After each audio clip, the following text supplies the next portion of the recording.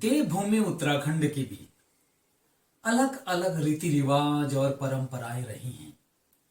इन रीति रिवाजों को परंपराओं को मानते हुए हमारे पर्वतीय अंचलों के लोगों ने अपना जीवन बिताया है। कहीं ना कहीं जो ये कहानियां हैं वो हमारे दंत कथाओं पर जुड़े हुए हैं। वो हमारे पूर्वजों के द्वारा कहीं न कहीं जो घटनाएं घटित हुई हैं उन घटनाओं को से अपना ताल्लुक रखते हैं। आज हम क्या बात कर रहे हैं घुघतिया त्योहार की। घुघता त्योहार किसे कहते हैं, क्या है घुघतिया त्योहार, आज मैं आपको बताता हूँ। ये देखिए, ये आटा है ये, और ये आटा के हम जो हैं आज मैं तुम्हें घुघता बनाना सिखाता हूँ।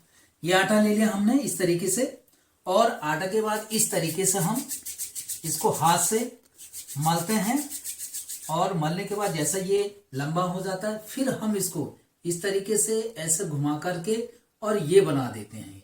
और ये हमारा बन गया घुघता बन गया ये। और ये हमने घुघते बनाए हैं, ये कई घुघते बनाए हैं। नारियल का बुरादा डाला जाता है, इसमें गुड़ डाला जाता है, अजवाइन, जीरा, सौंफ, यानी कि जितना स्वादिष्ट बना पाए वो है। उस समय लोग इन्हें को खाया करता है और एक त्योहार के रूप में मनाया करते थे इसका। लेकिन इस घुघते के पीछे एक बहुत बड़ी कहानी हमारे सामने आती है। वो कहानी है कि ये घुघती त्योहार क्यों मनाते होंगे लोग।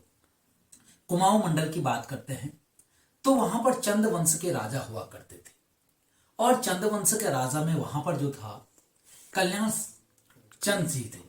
और कल्याण चंद जी बहुत बड़े राजा थे, योद्धा थे।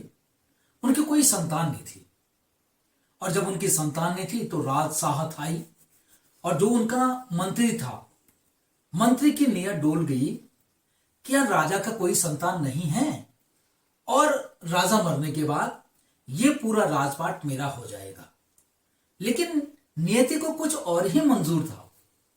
राजा बागेश्वर चले गए, और बागेश्वर जाकर के बागनाथ के मंदिर में गए। वहां उन्होंने भगवान बागनाथ से आराधना की, और उन्हें वरदान में एक पुत्र रत्न हुआ, पुत्र प्राप्त हुआ, जिसका नाम उन्होंने निर्भय चंद रखा।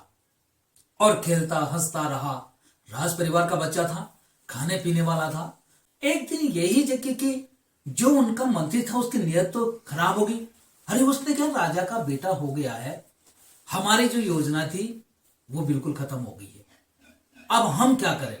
उन्होंने षड्यंत्र रचा और उन्होंने जो है उसको मारने का प्लान बना दी। जो माला बनाई थी, मोती की माला थी, उस पर घुंघरू लगाए थे।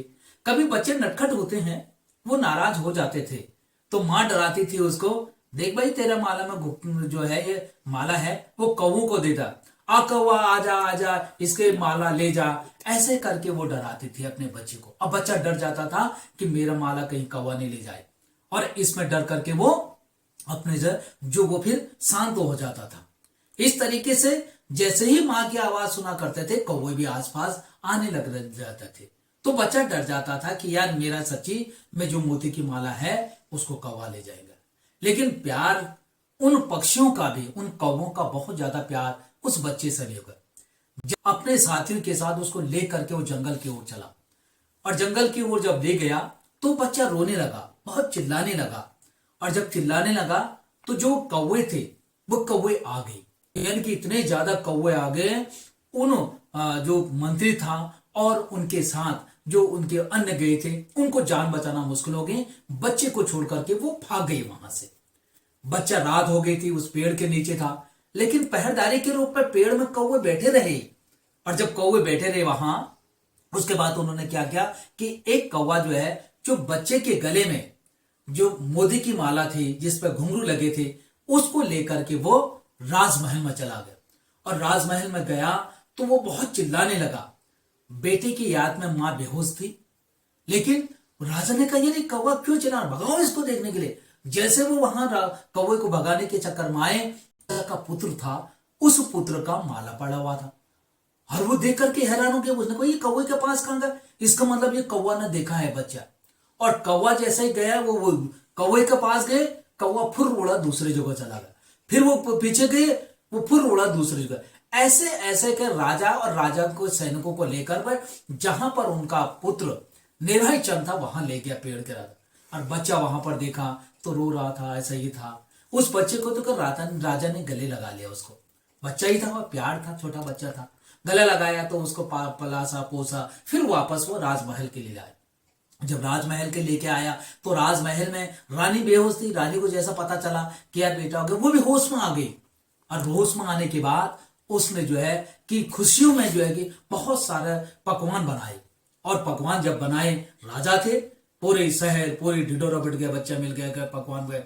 बेटे को बोला ना, जा बेटा तो अपने पकवानों को बांट, और जो कौवा तेरा साथ है उसका। वो छत में गया, उसने उन पकवानों को कौवे को बांटना शुरू कर दिया। तो बस यहीं से जो है कि घुघती त्योहार मनाया करते थे।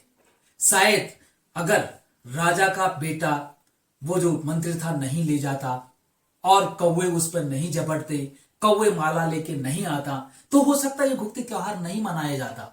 लेकिन इस प्रकृति को मंजूर था कि इस तरीके से कहानी हमारे सामने है कि हम घुघती त्योहार मनाएंगे। तो उस समय से जो है कि ये घुघती त्योहार मनाने की परंपराएं हैं। ये आटा से बनाए जाते हैं, और सुबह सुबह जब बच्चे उठते हैं तो छतों में जाते हैं, लगोड़ मिहिंदे भबड़ा दगोड़ ले कवा गैन मिहिंदिया बड़ा सुंदर सैन ले कवा काले कौवा काले घुघती के माला खाले। इस तरीके से प्रवचनों से, इस तरीके से बुलाव से कौवों को बुलाते हैं, और कौवों को वो घुघते खिलाते हैं। और आज यही चीजें हमारे रीति रिवाजों में आ गए हैं, परंपराओं में आ गए हैं। ये चीजें जीवित आज भी गांव में है, शहरों में धीरे धीरे ये चीजें विलुप्त हो गई हैं। मेरा इस अपने चैनल के माध्यम से आपको यही बताने का प्रयास कर रहा हूं कि आने वाले 10 सालों में ये घुघते भी नहीं बनेंगे, क्योंकि लोग धीरे धीरे पाश्चात्य शिक्षा की ओर जा रहे हैं। उन युवाओं के लिए, उन नौजवानों के लिए, उन बच्चों के लिए ये देखिए ये किस तरीके के घुघते बनाए जाते हैं। ये पूरे घुघते बनाए हैं हमने, और ये पूरा चीजें बना के रखे हैं। और ये आटा भी रखा है मैंने अभी है, और मैंने दिखाया भी। फिर अगर आपका दिखा दो, जब आटा गूंथते हैं, आटा भी जो है गुड़ के जो गुड़ होता है उसको उबाल करके चाशनी टाइप का बनाते हैं, उसका बनाते हैं। और उसके बाद देखो ऐसा मान दिया, और मलने के बाद जो कि मलते रहे, जब ये लंबा हो जाएगा तो सीधा सा ये उंगली के अंदर डालो, ऐसा करो, इस तरीके से घुघते बन जाते हैं। तो जरूर अगले बार आप भी घुघते खाएं और घुघते बनाएं, और ये अपनी पहाड़ की परंपरा को जीवित रखें। तभी हमारे नौनिहाल इसको सीख पाएंगे। हमारे घुघती त्योहार क्यों मनाते हैं, क्या परंपराएं हैं, किस तरीके हैं। भगवान बागनाथ के मंदिर में, बागेश्वर जनपद में है, बहुत बड़ा मेला लगता है। लोग वहां सरयू के किनारे नहाने जाते हैं। जो भी पाप पुण्य होता है उनका, उस पाप को वहां बहा करके पुण्य की प्राप्ति लेके आते हैं। तो जरूर आप भी जाएगा देवभूमि मेरे पहाड़ के जनपद बागेश्वर के बागनाथ मंदिर में, उत्तरायणी मेले में, जिसको हमारे पहाड़ों में घुघती त्योहार के नाम से जानते हैं। इन्हीं शब्दों के साथ आपका पर्यावरणविद वृक्ष मित्र डॉक्टर त्रिलोचन सोनी।